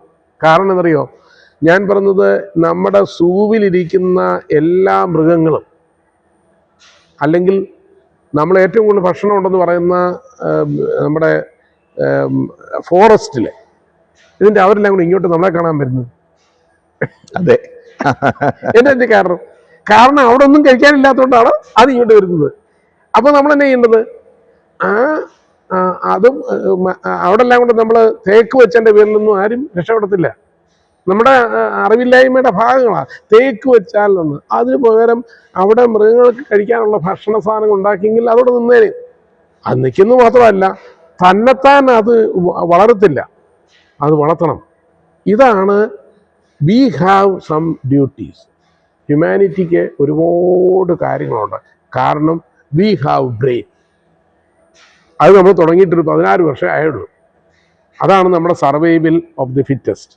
നമ്മൾ സർവൈവൽ ആയതിൻ്റെ ഒറ്റ കാരണം ഈ ബ്രെയിനിൻ്റെ ഡെവലപ്മെൻറ്റാണ്. മറ്റുള്ളവർക്ക് സാധിക്കാത്തതിനപ്പുറത്തോട്ട് നമുക്ക് വന്നുകൊണ്ടാണ്. അതിനെയൊക്കെ നമുക്ക് ടൈം ചെയ്യാം, അതിനെ നമുക്ക് യൂട്ടിലൈസ് ചെയ്യാം, അതൊന്നും നഷ്ടപ്പെടാതെ സൂക്ഷിക്കാം. ശരിയാണ്, നമുക്കൊരു ചെറിയ ജീവിയെപ്പോഴും നമുക്ക് മെയിൻറ്റെയിൻ ചെയ്യണം. അത് നമ്മുടെ ഒരു ഉത്തരവാദിത്വമാണ്. അല്ലെങ്കിൽ നമ്മളൊരു സ്റ്റുവാർഡ്ഷിപ്പ് എന്ന് പറയുന്നത് അതാണ്. നമ്മളൊരു ക്രിസ്ത്യൻ തിങ്കിൽ തന്നെ പറയുകയാണെങ്കിൽ സ്റ്റുവാർഡ്ഷിപ്പ് ഓഫ് ദി അപ്പം ഞാൻ അവിടെ പറയുന്നതെന്ന് ചോദിച്ചാൽ, ഫസ്റ്റ് നമുക്ക് ഏറ്റവും സുന്ദരമായിട്ട് ഞാൻ അങ്ങനെ പറഞ്ഞത്, ഒരു 50 കിലോമീറ്റർ നമ്മളങ്ങ് കൊടുക്ക്, പ്രൈവറ്റിനോ പബ്ലിക്കിനോ ഗവൺമെൻറ് കൂടെ ചേർന്ന് അതങ്ങോട്ട് വെക്ക്. അതാരും എടുത്തിട്ട് പോകും, ഒന്നും കൊണ്ടുപോകത്തില്ല. അവരെല്ലാം സംരക്ഷിക്കും. കാരണം അവർക്കും അത് നോളജ് ക്രിയേറ്റ് ചെയ്യേണ്ടതാണ്, റിസോഴ്സസ് ക്രിയേറ്റ് ചെയ്യേണ്ടതാണ്. അവരൊന്നും നശിപ്പിക്കത്തില്ല. ഇതെല്ലാം കൊണ്ട് നശിപ്പിച്ച് കളത്തില്ല. വേറെ അവിടെ ഒരു സുനാമി വന്നാൽ പോലും നമ്മൾ അതിനെ പ്രൊട്ടക്റ്റ് ചെയ്യാൻ നമ്മൾ പരിശ്രമിക്കും. ഇതാണ് ഞാൻ പറഞ്ഞത്. അതാണ് ഇവിടെയാണ് നമ്മുടെ എഡ്യൂക്കേഷൻ കംപ്ലീറ്റ്. ഇവിടെ ഞാൻ അച്ഛനോട് ഒരു കാര്യമാണ് പറയുന്നത്, നമ്മുടെ കോളേജിലെല്ലാം പഠിപ്പിച്ച് തീർക്കാനിരിക്കുക. നാളെ മുതൽ അച്ഛൻ തുടങ്ങേണ്ടത് ഒരു കാര്യമാണ്. എല്ലാ സാറന്മാരോടും അച്ഛൻ പറയേണ്ടത്, യു ക്രിയേറ്റ് സംതിങ് ന്യൂ. കുട്ടികളോട് പറയാം, നിങ്ങളൊന്നും വേറെ പ്രത്യേകിച്ച് പഠിക്കൊന്നും വേണ്ട. ഈ പരീക്ഷയെല്ലാം ഞാൻ പറഞ്ഞത് യൂണിവേഴ്സിറ്റി കംപ്ലീറ്റ് ഓട്ടോണമസ് ആയിരിക്കണം. ഒരു കണ്ടീഷനും വേണ്ട. വണ്ടി പിടിച്ച ആളിവിടെ വരും, പഠിക്കാൻ വരും. നമ്മൾ നേരെ തിരിച്ചാണ്. ഇവിടുന്ന് കുട്ടികൾ ഇവിടെ ഒറ്റ കാര്യം, അതായത് ഇവിടെ പഠിച്ചാൽ ആ കുട്ടി നോളജിൽ പവർഫുൾ ആകും. അവർ പുതിയ ഇന്നോവേഷൻ ഡെവലപ്പ് ചെയ്യും, പുതിയ സാധനങ്ങൾ ക്രിയേറ്റ് ചെയ്യും. ഞാൻ പറഞ്ഞിട്ട് അവിടെ നിന്നിട്ട് ഈ 600 ഏക്കർ കിലോമീറ്റർ എന്ന് പറയുന്ന സ്ഥലത്ത് ഓരോരുത്തർക്കും എത്ര പേരുടെ ജോലി വേണം? ഈ കടൽ സ്ഥലത്ത് മുഴുവൻ മീനെ പിടിക്കാനേ ഉള്ളെന്ന് മാത്രം വിചാരിച്ചിരിക്കുകയാണ്. അത് മാത്രമേ നമ്മൾ ചിന്തിക്കത്തുള്ളൂ. ആ വെള്ളം മുഴുവൻ നമ്മൾ ശുദ്ധീകരിച്ച് റെഡിയായിട്ട് നമ്മൾ ഭംഗിയായിട്ട് സൂക്ഷിച്ചാൽ തന്നെ അത് തന്നെ മതി. അപ്പം ഇവിടെ ഇരിക്കുന്ന ഇവിടുത്തെ മത്സ്യത്തൊഴിലാളികളൊന്നും അത് ചുമ്മാ നമ്മൾ കുറച്ച് കാസ്റ്റിനെ അങ്ങ് സൃഷ്ടിച്ചു. എന്നിട്ട് അവരെ ഈ ബ്ലൂ ഇക്കോണമി വരുമ്പോൾ മത്സ്യത്തൊഴിലാളികൾ രക്ഷപ്പെടും, മത്സ്യസമ്പത്തിന്റെ പിടിക്കുന്നത് കൂടും, അതിന്റെ സംസ്കരണം കൂടും, അതിൽ നിന്നുള്ള ഇക്കോണമി ഡെവലപ്പ് ചെയ്യാം, ട്രാൻസ്പോർട്ടേഷൻ ഡെവലപ്പ് ചെയ്യാൻ, നമുക്ക് ഇവിടുത്തെ റോഡിലെ തിരക്കും ട്രാഫിക്കൊക്കെ ഒഴിവാക്കി നമ്മുടെ കാർഗോ മുഴുവൻ കടലിലൂടെ യാത്ര ചെയ്യാം, പോർട്ടുകൾ ഉണ്ടാക്കാം, അതുമായിട്ട് ബന്ധപ്പെട്ട വികസനം, ടൂറിസം സാധ്യതകൾ ഒരുപാട് ഏറ്റവും വലിയ പവറാണ് നമ്മൾ ഈ പറഞ്ഞത് 600 കിലോമീറ്ററിന്റെ കാര്യം. അപ്പൊ നമ്മളുടെ റിസോഴ്സിനെ കുറിച്ച് ഇവിടെ ചിന്തിക്കാതെ പോരാ, നമ്മൾ ചിന്തിക്കുകയാണ് മറ്റുള്ളവരാരാണ് നമ്മളെ വന്ന് സഹായിക്കുമെന്ന് പറയുന്ന. അപ്പം സെൻട്രൽ ഗവൺമെന്റ് കാശ് തരാത്തോണ്ടാന്ന് ഓർത്തൊന്നും പേടിക്കണ്ട. സെൻട്രൽ ഗവൺമെന്റ് കേരള ഗവൺമെന്റിന് ഇഷ്ടം പോലെ പണം കൊണ്ടുതരും. കാരണം അറിയോ, അവിടെ ഫോറിൻ റെമിറ്റൻസിന് വേണ്ടിയുള്ള സാധനം ഇവിടെ വരത്തുള്ളൂ. കേരള ഗവൺമെന്റ് ഒന്നും പേടിക്കേണ്ട ആവശ്യമില്ല. ഇപ്പം നമ്മൾ പറഞ്ഞ് അവിടെ പോയി സമരം ഉണ്ടാക്കും, ഒരു സമരം ചെയ്യണ്ട, ഒന്നും വേണ്ട. When you develop A good project, the fund will come from anywhere in the world. അങ്ങനെ സംഭവിക്കുമ്പോൾ വരാൻ പോണ മാറ്റം കേരളത്തിൽ ഇന്നുണ്ടാകുന്ന ഒരു സാമൂഹ്യ മാറ്റമുണ്ട്. വയസ്സന്മാരുടെ ഒരു ജനറേഷൻ ഇവിടെ കൂടി വരുന്നു, കുട്ടികൾ പോകുന്നു. തിരിച്ചു കഴിയുമ്പോൾ ഇവരെല്ലാവരും ഇങ്ങോട്ട് വന്നിട്ട് വളരെ ബാലൻസ്ഡ് ആയിട്ടുള്ള ഒരു സാമൂഹ്യ അന്തരീക്ഷം കേരളത്തിൽ വരുമെന്നുള്ളതാണ് ഈ ഒരു വീക്ഷണത്തിന്റെ ഞാൻ ഈ പറയുന്നത്. ഞാനിപ്പം ഇറങ്ങുന്ന പുസ്തകം വീഡിയോ സന്ദേശത്തിന് വേണ്ടിയാണ് ഞാൻ എഴുതുന്നത്, അത് തന്നെ എഴുതുന്നത്. അപ്പൊ ഞാനിത് പറയുന്നതെന്ന് ചോദിച്ചാല് ഇങ്ങനെ ഒരു നോളജ് ഞാൻ ക്രിയേറ്റ് ചെയ്യാം. ഇതിപ്പോ ഇങ്ങനെ ഉണ്ടായിരുന്നെന്ന് ചോദിച്ചാൽ ഇങ്ങനെ ചിന്തിക്കണം. അപ്പൊ ഇങ്ങനെ മാറി ചിന്തിക്കണം. നമ്മൾ ഇത്ര നാളുള്ള രണ്ട് തത്വവിശ്വാസം നമുക്കുള്ളൂ. ഏത് വിശ്വാസം? ഒന്ന് ക്യാപിറ്റലിസം, മറ്റൊന്ന് നമ്മൾ പറയുന്നത് കമ്മ്യൂണിസം, പിന്നെ സോഷ്യലിസം. 5-6 സോഴ്സസിനകത്ത് ഇറക്കുക. അത് കാലഘട്ടം കഴിഞ്ഞു. അതിന്ന് എൻറ്റയർലി ഡിഫറെൻ്റ് ആയിട്ടുള്ളൊരു ചിന്ത. അപ്പം ചോദിക്കുന്നത് ഇത് ക്യാപിറ്റലിസമായി പറയുന്നതെന്ന് പറഞ്ഞു. ക്യാപിറ്റലിസം അല്ല പറയുന്നത്, ക്യാപിറ്റൽ ആയാലും മാറി എന്നുള്ള കാര്യമാണ് ഞാൻ ഈ പറഞ്ഞത്. ഇത്രയും കാലമുള്ള ക്യാപിറ്റൽ എന്ന് പറഞ്ഞത് ലാൻഡ് ആണെന്ന്. ആ ലാൻഡ് ഉപയോഗം ഇല്ലെങ്കിൽ പിന്നെ ആർക്കാ ഇവിടെ ലാൻഡ്? അത് എനിക്ക് തോന്നുന്നു കമ്മ്യൂണിസ്റ്റുകാരെ വരെ അക്സെപ്റ്റ് ചെയ്ത് തുടങ്ങി. ഈ നോളജ് ഇക്കോണമി എന്നുള്ള പദം നമ്മുടെ പുതിയ ഇപ്പോഴത്തെ യൂണിവേഴ്സിറ്റിയുടെ UG നിർദ്ദേശം അനുസരിച്ച് ഇന്ത്യയിലെ എല്ലാ യൂണിവേഴ്സിറ്റികളിലും ഡിഗ്രി പഠനത്തിന്റെ ഷേപ്പ് മാറി. ഇപ്പൊ 4 ഇയർ ഡിഗ്രി പ്രോഗ്രാമായി. 4 ഇയർ ഡിഗ്രി പ്രോഗ്രാമിൽ ഈ credit transfer system, semester balance system, അത് കഴിഞ്ഞ് 1 വർഷം കൊണ്ട് സർട്ടിഫിക്കറ്റ്, 2 വർഷം ഡിപ്ലോമ, 3 വർഷം ഡിഗ്രി, 4 വർഷം ഓണേഴ്സ്. അത് മേജർ ട്രാൻസ്ഫർ ചെയ്യാം സെക്കൻഡ് ഇയറിൽ, കോളേജ് മാറാം, യൂണിവേഴ്സിറ്റി മാറാം, ഈ ക്രെഡിറ്റുമായിട്ട് നമുക്ക് പോകാം. അതിൻ്റെ ഒരു അബർ ഐ ഡി എന്ന സംവിധാനം അത് പാശ്ചാത്യ മാതൃക ഇന്ത്യയിലും തുടങ്ങിക്കഴിഞ്ഞു. ഒരു 3 വർഷമായിട്ട് തുടങ്ങിയിട്ടുണ്ട്. പക്ഷേ അതിന്റെ ഉള്ളിൽ നടക്കാതെ പോകുന്ന ഒരു സംഭവം ഇപ്പൊ പോലും ഈ പുതിയ തോൽക്കുടങ്ങളിൽ പഴയ വീഞ്ഞ് ഒഴിക്കുന്ന ഒരു രീതിയാണ്. അവിടെയാണ് ഈ പ്രശ്നം. അവിടെ സൂചിപ്പിച്ച ഇന്റലക്ച്വൽ ഈ ഫോർമേഷൻ എന്ന് പറഞ്ഞ സാധനം ഉണ്ടല്ലോ, അതായത് ഈ നമ്മുടെ ക്യാപിറ്റൽ എന്ന് പറയുന്നത് ഈ ബുദ്ധിയാണെന്നും ഇത് ഈ ക്രിയേറ്റീവായിട്ട് ചിന്തിക്കാനും തീരുമാനിക്കാനും പറ്റുന്ന ഒരു വ്യവസ്ഥയിലേക്ക് നമ്മുടെ കുട്ടികളെ വളർത്താനുള്ള സംഗതി ആത്യന്തികമായിട്ട് സംഭവിക്കേണ്ടത് മാത്രം സംഭവിക്കുന്നില്ല. സ്ട്രക്ചർ അതാ ഞാൻ ഈ പറഞ്ഞത്. എല്ലാവരും പറയുന്നത് പരീക്ഷ എഴുതുന്നു. ഞാനിന്ന് പറഞ്ഞ ഞാൻ പഠിച്ച അവിടുത്തെ യൂണിവേഴ്സിറ്റിയിലെ എൻ്റെ സാറ് തന്നെ എൻ്റെ പരീക്ഷയ്ക്ക് ഇരിക്കുന്നത്. ഇവിടെ കിടന്ന് ടെസ്റ്റ് ചെയ്തു എന്ന് പറഞ്ഞത് ജീവിക്കാം ഒന്നുമില്ല. വളരെ അപ്പം ചോദിക്കുക എല്ലാവർക്കും ഇത് പറ്റുമെന്ന് ചോദിക്കും. അപ്പം നമ്മളൊരു ചോദിച്ച് ഞാനൊരു 3 കാര്യം പറഞ്ഞത്: education for job, education for entrepreneurship, education for innovation and sustainability. ഇതാണല്ലോ ഞാൻ പുതിയ മോഡൽ പറഞ്ഞത്. ഈ ഇന്നൊവേഷൻ എന്ന് പറഞ്ഞ സാധനത്തിനകത്ത് ഇവനങ്ങ് ക്രിയേറ്റ് ചെയ്യും. സത്യം പറഞ്ഞ ഇന്നൊവേഷൻ എന്ന് പറയുന്ന സാധനം ഞാൻ പറഞ്ഞില്ലയോ, അവൻ തന്നെ പറയുകയാണ് നിനക്ക് ഇന്ന ഒരു ജോബ്. അവൻ ജോബ് ക്രിയേറ്റ് ചെയ്യില്ല. ഈ ജോബ് ചെയ്യാനായിട്ട് ഒരു ബോസ് വേണ്ട. അപ്പം വളരെ എളുപ്പം സിമ്പിൾ ഒരു കാര്യം പറയുകയാണെങ്കിൽ ഇന്നിപ്പോഴേ ഒത്തിരി പേരും ജോബ് അവർ തന്നെ ഉണ്ടാക്കുക. ഒരാളുടെ കീഴിൽ ജീവിക്കാനൊന്നും ആഗ്രഹമില്ല. അപ്പോൾ എന്നാ ചെയ്യുന്നത്? നമ്മൾ കൺസൾട്ടൻസിനെ പോലും നമ്മുടെ വർക്കുകൾ മാത്രം അതെല്ലാവർക്കും ഡിവൈഡ് ചെയ്ത് കൊടുക്കണം. കാരണം ഒരാൾ നോക്കാനൊന്നും പോകണ്ട. നമ്മൾ ഗവൺമെൻറ് പോലും അതിനെ നോക്കാൻ പാടില്ല, നോക്കാൻ വേണ്ട ആവശ്യമില്ല. ഇപ്പം നമ്മൾ എന്താ പറയുക, ബോസ് വേണം, അതിൻ്റെ അടുത്ത് ഒന്നും വേണ്ട, എവരിബഡി ഈക്വൽ ആയിട്ടുള്ള. അവിടെയാണ് ഞാൻ പറഞ്ഞത് സോഷ്യലിസം എൻറ്റയർലി ഡിഫറെൻ്റ് ആയിട്ടുള്ള തിങ്കിങ് ആണ് വേണ്ടത്. ഇപ്പം ഞാൻ പറഞ്ഞത് ഇവിടെ യൂണിവേഴ്സിറ്റി, ഞാൻ പഠിച്ച യൂണിവേഴ്സിറ്റി വൈസ് ചാൻസലർ ഞങ്ങൾ ഒന്നിച്ചിരുന്ന ഭക്ഷണം കഴിക്കുന്നത്. ഞാനിപ്പോൾ ഇറങ്ങുന്ന സമയം ഞാൻ ലൈബ്രറിയിൽ നിന്ന് ഇറങ്ങുമ്പോഴത്തേക്ക് പുള്ളി അദ്ദേഹം പറഞ്ഞു, Abraham would you come with me എന്ന് പറയുന്നുണ്ട്. ഞങ്ങൾ ഒന്നിച്ചു പോയി ആ ക്യാൻറ്റീനിൽ ഞങ്ങളെല്ലാം ക്യൂ നിന്ന് പഠിക്കുന്നു. ഇവിടെ ഇപ്പോഴും ചിന്തിക്കുന്നതെന്ന് ചോദിച്ചാൽ വിവരം എന്ന് പറയുന്നത് സാറിൻ്റെ കയ്യിലായിരിക്കുന്നത്. അതേപോലെ എൻ്റെ സാർ എന്നെ കൂടെ വിളിച്ചുകൊണ്ട് പോകുന്നത് എടുത്തിറിയോ? അദ്ദേഹം പറഞ്ഞ് ഈ എബ്രഹാം എന്നൊക്കെ പറയുന്നുണ്ട്, അത് കേൾക്കാൻ വളരെ രസമുണ്ട് ഉണ്ടോ. അതിലൂടെ കുറച്ച് കാര്യങ്ങളാണ് പുള്ളി തന്നത്. അപ്പം നോളജ് എന്ന് പറയുന്ന സാധനം നമ്മുടെ ഇൻട്രാക്ഷനിലൂടെയാണ്. അച്ഛൻ ഓർത്തോണം, നമ്മളിവിടെ ടെസ്റ്റ് നടത്തണമെന്നും അല്ലേ പറഞ്ഞതിൻ്റെ അർത്ഥം. അതിൻ്റെ അർത്ഥം പരീക്ഷ സിസ്റ്റത്തിന്റെ ഭാഗമായിട്ട് പോകുന്നു അല്ല. അതിൻ്റെ അകത്ത് തന്നെ ഒരു വളരെ പ്രധാനപ്പെട്ട കാര്യം വെച്ചാൽ ഈ ടെസ്റ്റ് ചെയ്യുന്ന ആരെയാണ്? നമ്മുടെ കുട്ടിയല്ലേ. ഈ കുട്ടിയെ അറിയാത്ത ഒരുത്തൻ ടെസ്റ്റ് ചെയ്യുന്ന സാറ് അച്ഛൻ തന്നെ ടെസ്റ്റ് ചെയ്യുന്ന തമ്മിൽ വ്യത്യാസമുണ്ട്.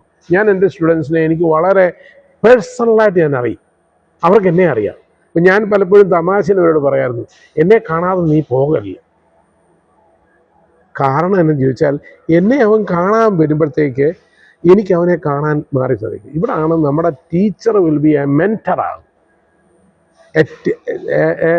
എഡ്യൂക്കേഷൻ അത് ഫെസിലിറ്റേറ്ററാണ്. അപ്പോൾ അദ്ദേഹവും ഇവരുമായിട്ട് ബന്ധം വെക്കുന്നുണ്ടെങ്കിൽ ഈ സ്റ്റുഡൻറ്റ് പറയും, അതാണ് ഈ യൂറോപ്പിലും അമേരിക്കയിലും കാണുന്നത്. ഈ സ്റ്റാൻഫോർഡിലാണെങ്കിലും അവരൊക്കെ ഇമ്മേഴ്സീവ് എഡ്യൂക്കേഷൻ. താങ്കളൊരു കാര്യം ചെയ്യും, എന്നോട് എൻ്റെ സാറ് പറഞ്ഞു നോക്കുന്നത്, നീ ഈ ലൈബ്രറി അവിടെ ഇംഗ്ലണ്ടിലെ യൂണിവേഴ്സിറ്റിയിലെ ലൈബ്രറി പോയി ഒരാഴ്ച പൊക്കൂ, ഞാൻ എൻ്റെ വണ്ടിക്കൂലിയും ഇതും തരാം യൂണിവേഴ്സിറ്റിയിൽ നിന്ന്. അപ്പം എനിക്ക് പോകാതിരിക്കാൻ നിവൃത്തിയില്ലെന്ന് മാത്രമല്ല, എനിക്ക് അവിടെ പോകണം എന്തെങ്കിലും ചെയ്തിട്ട് തിരിച്ച് അദ്ദേഹത്തിന് മുമ്പിൽ വരണമെന്നുള്ള അത് ഞാൻ പറയുമ്പോഴാണ് അതിൻ്റെ അകത്തെ കൂടുതൽ അറിവും ഇതുണ്ട്. അതുപോലെ തന്നെ എൻ്റെ സാറ് പലപ്പോഴും പുള്ളിക്ക് നെതർലൻഡ്സിൻ്റെ ക്ലാസ് എടുക്കാനുണ്ട്. അപ്പം പുള്ളി എന്നെ പറഞ്ഞു, എവരാ ഞാൻ ഇന്ന് വരത്തില്ല, നീ ഒരു കാര്യം ചെയ്യും, നീ അവിടെ പോയി ക്ലാസ് എടുത്തോളാം. ഞാൻ പോസ്റ്റ് ഗ്രാജുവേഷൻ ഇരിക്കുന്നതുകൊണ്ടാണ് നീ പറഞ്ഞു, ഞാൻ അന്ന് PhD ചെയ്യുന്നതുകൊണ്ട്. അപ്പോൾ പുള്ളി എന്നെ പലതിനും വിടും, എന്നിട്ട് അതിന് വണ്ടിക്കൂലിയും തരും. അത് അവിടുത്തെ അവർ തരും ഓരോ ടോക്കനും. ഞാനിത് പറഞ്ഞു മനസ്സിലായത്, ഒരു സ്റ്റുഡൻറ്റ് പഠിക്കാൻ ഇങ്ങനെ പഠിക്കില്ലോ, വിഷയം ഞാൻ തന്നെ പഠിക്കുന്നത്.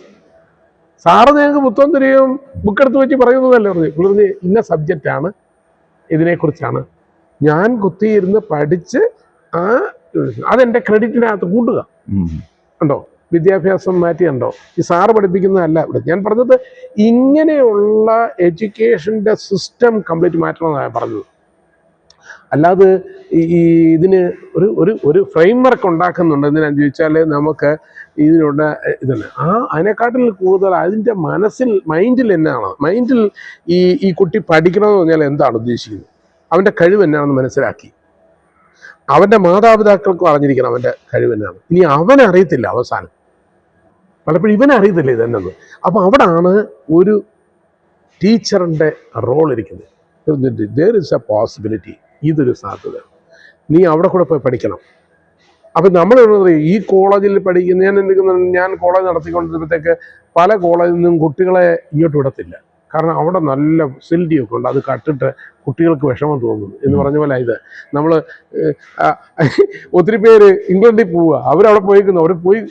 ഇവിടെ നമുക്കുണ്ടല്ലോ, നമ്മുടെ ഇവിടെ അതേ സജ്ജീകരണങ്ങൾ ഉണ്ടാകും. അത് അതേക്കാട്ടിൽ അതിൻ്റെ 4-1 കോസ്റ്റിൽ ചെയ്യാൻ സാധിക്കും. പക്ഷെ നമുക്കൊരു കുഴപ്പം ശരിയാണ്, കുറച്ച് പേര് പഠിക്കാനൊക്കെ പോകണം. ഞാനും വിദേശത്ത് പോയതുകൊണ്ടാണ് എനിക്കിത് പഠിച്ചെന്ന് പറഞ്ഞ മനസ്സിലായില്ല. അതൊരു വലിയ പ്രധാനപ്പെട്ട കാര്യം. എനിക്കൊന്ന് പോകാനൊരു അവസരം നമ്മുടെ നാടിന്റെ ഒരു ലൈസൻസിങ് രീതിയുടെ ഒരു വ്യത്യാസം കൊണ്ട് യൂണിവേഴ്സിറ്റിയുടെ നിയന്ത്രണങ്ങൾ ഭയങ്കര ട്രഡീഷണൽ ആയിട്ടുള്ള സിസ്റ്റംസും നൂലാമാലകളും, അതിനൂടെ നമുക്ക് ഈ ഫ്ലെക്സിബിലിറ്റിക്ക് വലിയ ബുദ്ധിമുട്ട് ഇവിടെ. ഏറ്റവും പ്രധാനപ്പെട്ട പോയിന്റ്, സാറന്മാർക്ക് ശമ്പളം കൊടുക്കുന്നത് വലിയ പ്രോത്സാഹമാണ്. ശമ്പളം കൊടുക്കലെന്നല്ലേ പറഞ്ഞത്, ശമ്പളം കൊടുക്കണം വിത്ത് മെറിറ്റ്. ഞാൻ എൻ്റെ സാറിനോട് ചോദിച്ചു, സാറേ എങ്ങനെ ഞങ്ങൾ ഓർഡിനറി പ്രൊഫസർ ആകണമെങ്കിൽ, അതായത് ടോപ്പ് പ്രൊഫസർ ആകണമെന്നുണ്ടെങ്കിൽ ഓരോ കൊല്ലവും ഒരു പുസ്തകം എഴുതണം, ഇത്രയും പേപ്പറുകൾ എഴുതണം, ഇത്രയും കാര്യങ്ങൾ ചെയ്യണം. ഞാൻ ചോദിച്ചു എവിടുന്നാണ് എനിക്ക് സ്കോളർഷിപ്പ് കിട്ടും? ഞാൻ ചോദിച്ചു സാറേ എവിടുത്തെ സ്കോളർഷിപ്പ്? അത് ഞങ്ങൾ അവധിക്കാലം മുഴുവൻ സാറന്മാരുടെ പണി വീട്ടിൽ കുത്തിരിക്കാനല്ല, അവരോരോ യൂണിവേഴ്സിറ്റികളിലും അല്ല ഓരോ ഇൻഡസ്ട്രികളിൽ പോയി ഇവരുടെ പേപ്പറുകൾ പ്രൊജക്റ്റ് ചെയ്തിട്ട് ആ ഫണ്ട് മേടിക്കും. കാരണം ഒരു പുതിയ പ്രോജക്റ്റ് അതിവിടെ നമുക്ക് ചെയ്യാം. ഞാൻ ഉദാഹരണം പറഞ്ഞില്ലേ, പിന്നെ ഞാൻ വളരെ രസകരമായിട്ട് പറയാം. ഇപ്പം നമ്മൾ സിയുടെ കാര്യം പറഞ്ഞല്ലോ, ഇവിടുത്തെ ഇത്രയും കോളേജിലെയും ഇത്രയും മത്സ്യത്തൊഴിലാളികൾ കുട്ടികളോ അല്ലാത്തവരോ എല്ലാവരും കൊണ്ടുവിടേണ്ടത്. ഒരു കാര്യം ചെയ്യും, ഇവിടുത്തെ എന്തെല്ലാം സാധനങ്ങൾ അവിടെ ഉണ്ട്, ഞാൻ പറഞ്ഞൊരു 50 കിലോമീറ്റർ അങ്ങ് കൊടുക്ക്, ഇതാരും കൊണ്ടുപോകത്തില്ല. ആരാ കൊണ്ടുപോകുന്നത്? അത് അപ്പോൾ മൾട്ടിനാഷണൽ കമ്പനികളും നാഷണൽ കമ്പനികളും കോർപ്പറേറ്റീവ്സും ഒക്കെ നമുക്ക് തുടങ്ങിയിട്ട് നമ്മൾ പറയുകയാണ്, അവരെല്ലാവരും കൂടെ പറയാം. അപ്പോൾ അതിനൊരു പ്രോജക്റ്റ് റിപ്പോർട്ട് ഉണ്ടാക്കാൻ ഈ കോളേജിനോട് പറയുക, ഈ ചേർത്തല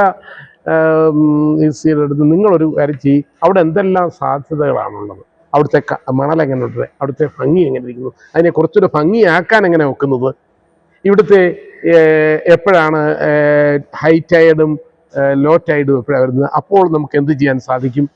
ഇനി അടുത്ത ഒരു കാര്യം, ഇപ്പം ടൂറിസത്തിനെ കുറിച്ച് ഇന്നലെ വിഷ്ണുനാഥ് പറഞ്ഞതുപോലെ, അതായത് ഓരോ സ്ഥലത്തും നടക്കുന്നതായ പ്രത്യേക സാധനങ്ങൾ മാത്രം വെച്ചൊരു കലണ്ടർ ഉണ്ടാക്കിയാൽ മതി. ചേർത്തലയിൽ ഇന്ന സ്ഥലത്ത് ഇത്ര സമയത്ത് ഇന്നുണ്ടെന്ന് പറഞ്ഞാൽ വണ്ടി പിടിച്ച ആൾ വരും. People place events. ആളുകളെ കാണാൻ ആളുകൾ വരണം. place കാണാൻ പറഞ്ഞു, events participate ചെയ്യാൻ പറഞ്ഞു. അപ്പം ഞാനിത് പറഞ്ഞില്ലയോ, ഇത് കുട്ടികൾക്ക് അങ്ങോട്ട് കൊടുത്തേ. ഇത് സാറും കുട്ടിയും കൂടെ ചെയ്തിട്ട് ഇതിനാണ് സാറിന് ശമ്പളം കൊടുക്കുന്നത് പറഞ്ഞാൽ അപ്പം ചോദിക്കും അത് കണക്ക് കൂട്ടാൻ എളുപ്പമല്ല. പുള്ളി നിലവിളിക്കുന്നതും വെള്ളം പെറുന്നതും പ്രസംഗിക്കുന്നതും മാത്രമേ കണക്ക് കൂട്ടും. വെറുതെ മണ്ടത്തരമാണ് പറഞ്ഞത്. അദ്ദേഹത്തിൻ്റെ ചുമതല കുട്ടികളെ ഇത്രയും പേര്, അപ്പം കുട്ടികൾ തന്നെ പറയും സാറിനെ റേറ്റ് ചെയ്യും, തിരിച്ച് കുട്ടിയും റേറ്റ് ചെയ്യും. ഇപ്പം ഞാനിത് പറഞ്ഞത് ഇതാണ് നമ്മുടെ എഡ്യൂക്കേഷൻ സിസ്റ്റത്തിനകത്ത് മാറ്റം വരുന്നത് പറഞ്ഞൊരു കാര്യം. എന്നാൽ മാത്രമേ ഉള്ളൂ ഇവൻ രാവിലെ തൊട്ട് വൈകുന്നേരം വരെ എന്ത് ഇന്നോവേറ്റ് ചെയ്യണമെന്ന് ചിന്തിക്കും. അതാണ് ഞാൻ പറഞ്ഞത് ഇന്നോവേഷൻ. അടുത്ത രണ്ടാമത്തെ വാക്കൂടെ ഞാൻ പെട്ടെന്ന് വെച്ചുകൊണ്ട് പറയുന്നത് സസ്റ്റൈനബിലിറ്റി. ഇത് പലപ്പോഴും നമ്മുടെ പഴയ മോഡലിനകത്ത് പറയുന്നത് ലാഭം കിട്ടണം. ഇതങ്ങനല്ല, നിലനിൽക്കണമെന്നായി പറഞ്ഞു. ആ വാക്ക് ഞാനിപ്പോൾ പറയുന്നു, അത് ഞാനൊരു വലിയ സബ്ജക്റ്റാണ്, ഞാൻ ഒരുപാട് പറയേണ്ട കാര്യമാണ്. അപ്പം ഞാനിത് പറഞ്ഞത് ഇന്ന് നമ്മുടെ സമൂഹത്തിൻ്റെ, ഇപ്പം ഞാൻ ഒരു CS ഫസ്റ്റ് S പറഞ്ഞു, രണ്ടാമത്തെ S എന്ന് പറഞ്ഞാൽ സബ് സി എന്ന് ഞാനത് പറയും. ഈ കുട്ടനാടിനെയാണ് ഞാനത് പറയുന്നത്, സബ് സി. അതായത് സിക്കകത്ത് താഴെ 2 മീറ്റർ താഴെയാണ്. ഇപ്പം ഞാനിപ്പം വന്ന വഴിക്ക് നമ്മുടെ സീയും ഇതും കൂടെ കനാലിലും കൂടെ തമ്മിൽ ചേരുന്ന സ്ഥലമാണല്ലോ നമ്മുടെ തോട്ടപ്പള്ളി. സ്പിൽ വേ ഉണ്ട്, മറ്റിടത്ത് ഇവിടെ ഉണ്ട് അവിടെ. അപ്പം അവിടെ നോർത്ത് ബ്യൂട്ടിഫുൾ സിറ്റുവേഷനാണ്. അത് ഭംഗിയായിട്ട് ഉപയോഗിക്കാനുള്ള കാര്യം ഇവിടെ ചുമതല നിങ്ങളുടെ കോളേജ് അങ്ങ് ഏറ്റെടുത്തി. They will make project every year, they will make projects on that. Innovations അവിടെ വരും.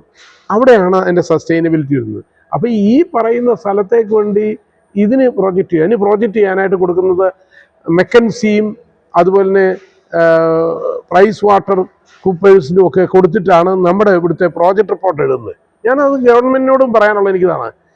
ഞാൻ ഈ പറഞ്ഞ ഐഡിയ അവരെഴുതാൻ അതിന് കാശ് തരത്തില്ല. അതിന് പകരം ഇവർക്ക് കൊടുത്ത് 1 കോടി 2 കോടി രൂപ കൊടുത്താണ് ഈ പറയുന്ന ബ്ലൂ എക്കോണമിയുടെ കാര്യത്തിന് എഴുതാൻ പോകുന്ന ആരാന്നറിയും. ഒന്നും വേണ്ട, നമ്മൾ ഇവിടുത്തെ എല്ലാ കോളേജുകളോടും പറയാം അതിന് പുതിയ ഇന്നോവേഷൻസ് എഴുതാൻ പറഞ്ഞാൽ സാറന്മാർ കുത്തിയിരുന്ന് എഴുതിയാൽ മതി, ഈ കൊല്ലം പഠിപ്പിക്കണ്ട, ഇത് മാത്രം ചെയ്താൽ മതി, അപ്പം പഠിച്ചോളൂ.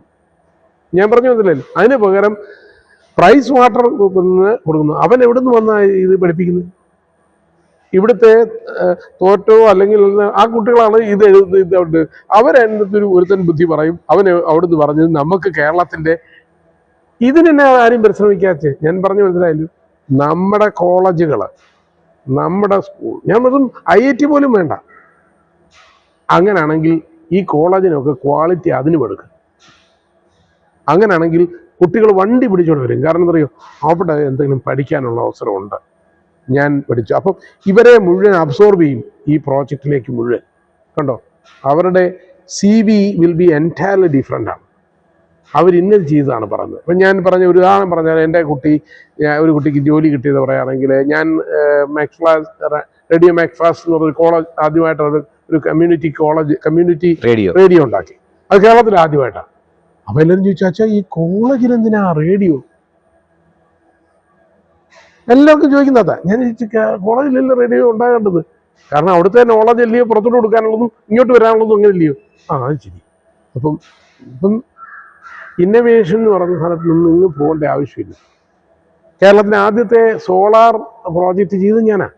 കേരളത്തിലെ ആദ്യത്തെ 30 കിലോവാട്ടാണ്. അത് കഴിഞ്ഞിട്ടാണ് KSEB അന്ന് ആര്യാട മുഹമ്മദ് വന്ന് അത് ഉദ്ഘാടനം ചെയ്തത് എനിക്കത്. അദ്ദേഹം അങ്ങനൊരു വലിയ നന്മ ചെയ്തു. അപ്പം ഇങ്ങനെ കാര്യങ്ങൾ ചെയ്താൽ മാത്രമേ നമ്മൾ ഇന്നോവേറ്റ് ചെയ്യാൻ സാധിക്കൂ. അപ്പോൾ എൻ്റെ കുട്ടികൾ അവിടെ കോളേജിൽ നിറച്ചാൾ വരും. ഇങ്ങനെയുള്ളവർ വരും. ഇങ്ങനെയുള്ളവരെ നമുക്ക് സെലക്ട് ചെയ്യാനും എളുപ്പമുണ്ട്. അപ്പം ഇങ്ങനെ വരുന്നവരാണെങ്കിലും അപ്പം പിന്നെ അവർക്കൂടെ ജോലി കിട്ടാത്തതിൻ്റെ പ്രശ്നം എന്ന് ചോദിച്ചാൽ, ഇതുപോലെ നമ്മളൊരു 50 കിലോമീറ്റർ സി കൊടുത്താൽ അത്ര നന്ന്. ഇനി അടുത്ത സബ്സി ഞാൻ പറഞ്ഞത് കുട്ടനാട് തൊട്ട് ഇങ്ങനെയുള്ള സ്ഥലങ്ങളല്ല. നമ്മുടെ റിവേഴ്സ് മുഴുവൻ എൻ്റെ അകത്ത് വെട്ടതാണ്. അതാണ് എസിനകത്ത് ഞാൻ പറഞ്ഞത്. നമ്മുടെ റിവേഴ്സ് മുഴുവൻ മണല, ഒരു വള്ളം പോലും പോകാത്ത രീതിയിലാണ് ഓരോരുത്തത്തും കിടക്കുന്നത്.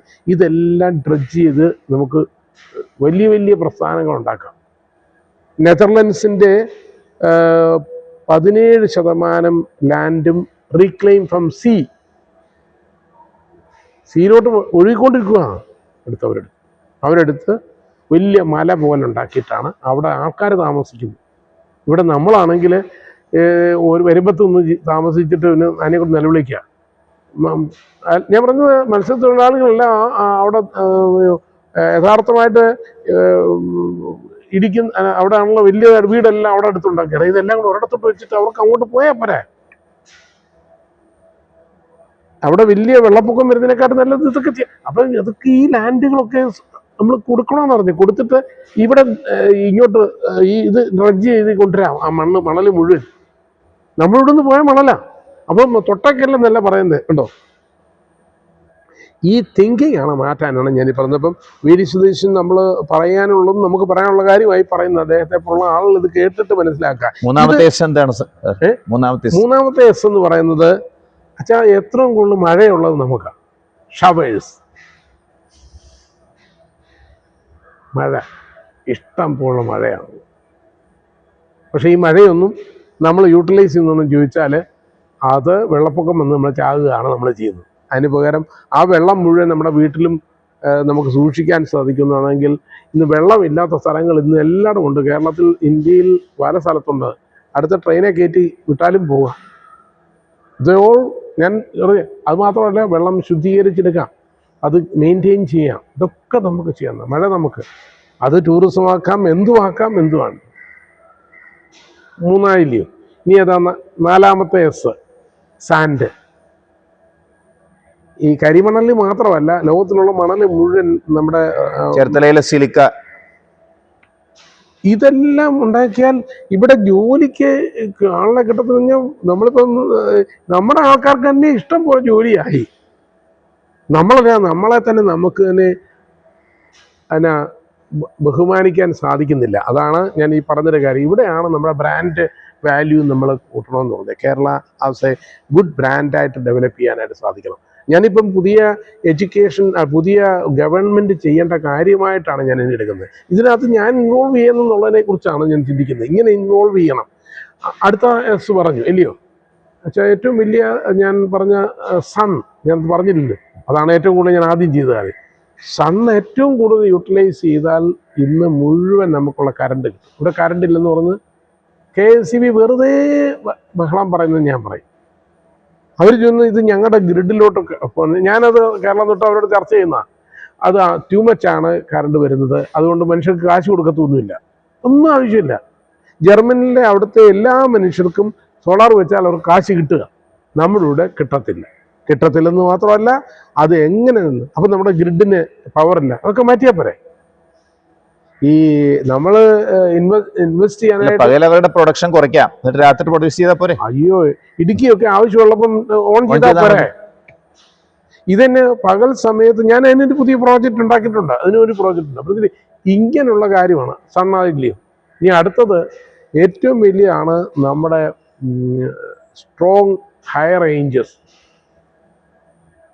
നമുക്ക് ഇടനാട്, തീരപ്രദേശം, മലനാട്, ഈ അവിടുത്തെ ബയോഡൈവേഴ്സിറ്റി മാത്രം നമ്മൾ നോക്കിയാൽ മതി. എന്ത് ഫ്രൂട്ട്സും വെജിറ്റബിൾസും ഒക്കെ ചെയ്യാം. നമ്മൾ പണ്ട് തേയില നമ്മൾ ഹൈപ്പ് തന്നിട്ടുണ്ട്, പണ്ട് നമുക്ക് റബ്ബർ ചെയ്തിട്ടുണ്ട്. അത് തന്നെയൊന്ന് ആര് പറഞ്ഞു ഇതവരോട്? അതുകൊണ്ട് ഇവിടെ എൻവയൺമെന്റ് ഒരു ഗവൺമെന്റും പോകത്തില്ല. കാരണം വെള്ളപ്പൊക്കം വന്നാൽ നമ്മളെല്ലാവരും ഒരുപോലെ തന്നെ ഇല്ലയോ ബുദ്ധിമുട്ടുണ്ടായത്. So plan systematically. ഇത് വളരെ ഈ കാലഘട്ടത്തിൽ ഒരു അഡ്വാൻറ്റേജ് എന്നാന്ന് ചോദിച്ചാൽ, ഈ AI വരുന്ന കാലഘട്ടത്താണ് നോളജ് വർക്കറാകാൻ പറ്റുന്ന കാലഘട്ടമാണ്. അപ്പോൾ ഇവിടുത്തെ കുട്ടനാട്ടിലെ തൊഴിലാളി ഒരു നോളജ് വർക്കറായിരിക്കണം. മാനുവൽ വർക്കറാണ്, അതേ സമയത്ത് അത് വേണ്ടത് നോളജ് വർക്കറാണ്, അദ്ദേഹത്തിൻ്റെ ബ്രെയിൻ. അപ്പോൾ അങ്ങനെയാണെങ്കിൽ അവരുടെ മക്കൾ മുഴുവൻ മിക്കവാറും വേറെ അങ്ങോട്ട് പോവുക, ആ പണി ചെയ്യത്തില്ല. അതുകൊണ്ട് അവിടെ പണിയാൻ ആളില്ല. കാരണം അത് നോളജ് പണിയായിട്ട് ഉണ്ടാക്കിയിട്ടില്ല. ഇപ്പം നമ്മൾ പറഞ്ഞത് ഈ നമ്മുടെ ബോട്ടുകളും ഒക്കെ എല്ലാം ഇന്നിപ്പോഴും ഒരുപാട് ടെക്നോളജി ഉപയോഗിച്ചിട്ടുണ്ട്. അതിനെക്കാട്ടും ഗംഭീരമായിട്ട് ചെയ്യാൻ സാധിക്കും ഇതിനെയൊക്കെ. കാരണം അവർക്കിതിനൊരു പാഷൻ ഉണ്ടാകണം, അവർക്ക് ഇതിനപ്പുറത്തേക്കൊരു പണം കിട്ടുമെന്ന് തോന്നുന്നതും ഒക്കെയാണ് വരുന്നത്. ഇത് നമ്മൾ വേറൊരിടത്ത് മൈഗ്രേഷൻ പോകുന്നതും നമ്മുടെ ഒരു വീക്ക്നെസ് ആയിട്ട് കണക്കാക്കുന്നത്. അപ്പോൾ അതിനകത്ത് നമ്മൾ ഇവിടെ നിന്ന് മെയിൻറ്റെയിൻ ചെയ്യും. കാരണം ഇവിടെ ഏറ്റവും വലിയ വേൾഡാണ് നമുക്കുള്ളത്. ഇത്രയും റിസോഴ്സസ് നാച്ചുറലി ഉണ്ട്. അതാണ് ഞാൻ നമുക്ക് തിരിച്ചു വരുമ്പോഴേ നമ്മളിപ്പോൾ വിദ്യാഭ്യാസത്തിലേക്ക് തന്നെ മടങ്ങി വരാം. അച്ഛൻ കേരളത്തിന്റെ ഈ വിദ്യാഭ്യാസ മേഖലയെ, വിദ്യാഭ്യാസത്തിന്റെ ഭാവിയെ എങ്ങനെയാണ് നോക്കിക്കാണുന്നത്? എന്തിലേക്കായിരിക്കും നമ്മൾ പോകാൻ പോകുന്നത്, നാളെ സംഭവിക്കാൻ സാധ്യത? അത് തന്നെയാണ് മുമ്പേ പറഞ്ഞത്.